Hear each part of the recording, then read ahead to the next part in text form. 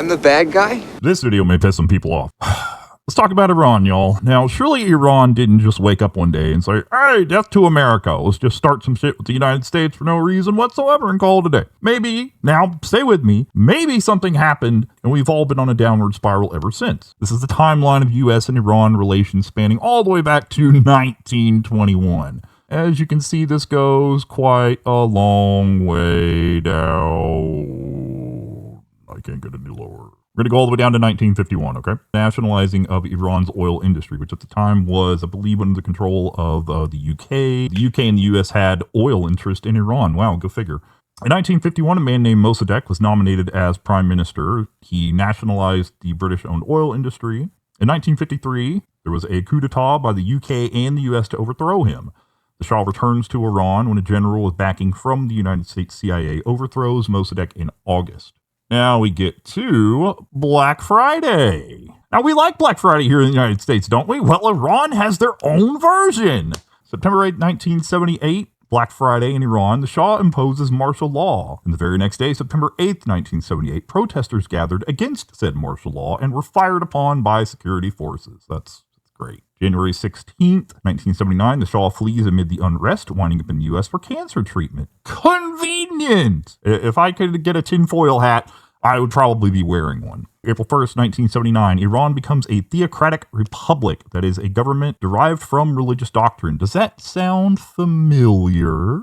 Moving on to November 4th and the storming of the U.S. Embassy in Tehran. The U.S. Embassy in Tehran is stormed and 52 American hostages were taken. And then this continues, 1980, the Iran-Iraq War, 1981, the U.S. hostages are released, 1985, Hezbollah is formed, and Hezbollah opposes Israel and Western involvement in the Middle East. The U.S. then deems Hezbollah a terrorist organization. You don't like the U.S. meddling in your country's affairs for U.S. gain? Well, you're just a bunch of terrorists. I think we could all argue that if another country came into the U.S. and started messing with our internal operations and our government and the way that we do things, we probably wouldn't like that either. So, if you are curious, you can read something called the Wilbur Report. This is from the National Security Archive, part of the George Washington University system. And you can read this. There's a summary, there's a cover sheet. You can click any of these. We'll do the appendix.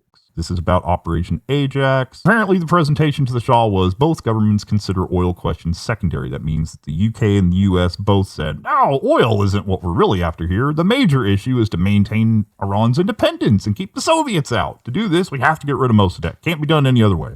There is a long summary. I believe of particular interest was Mossadegh's home was gutted. Pro-Mossadegh politicians and officers were arrested. At the end of the day, the country was in the hands of the new premier, Zahedi, I'm sorry, I don't know how to pronounce that. Members of Mossadegh's government were either in hiding or were incarcerated. The Shah then returned shortly to Iran. I thought this was of particular interest here when it says the CIA covertly made available $5 million within 2 days to Mossadegh's successor.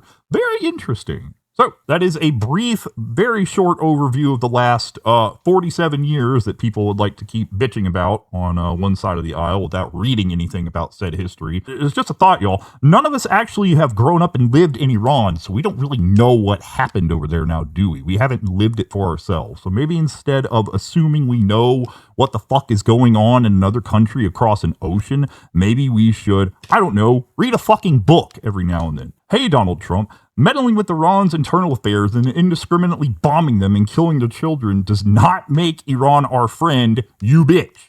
The elementary school was not funding terror groups, you bitch. Are we really the bad guys here?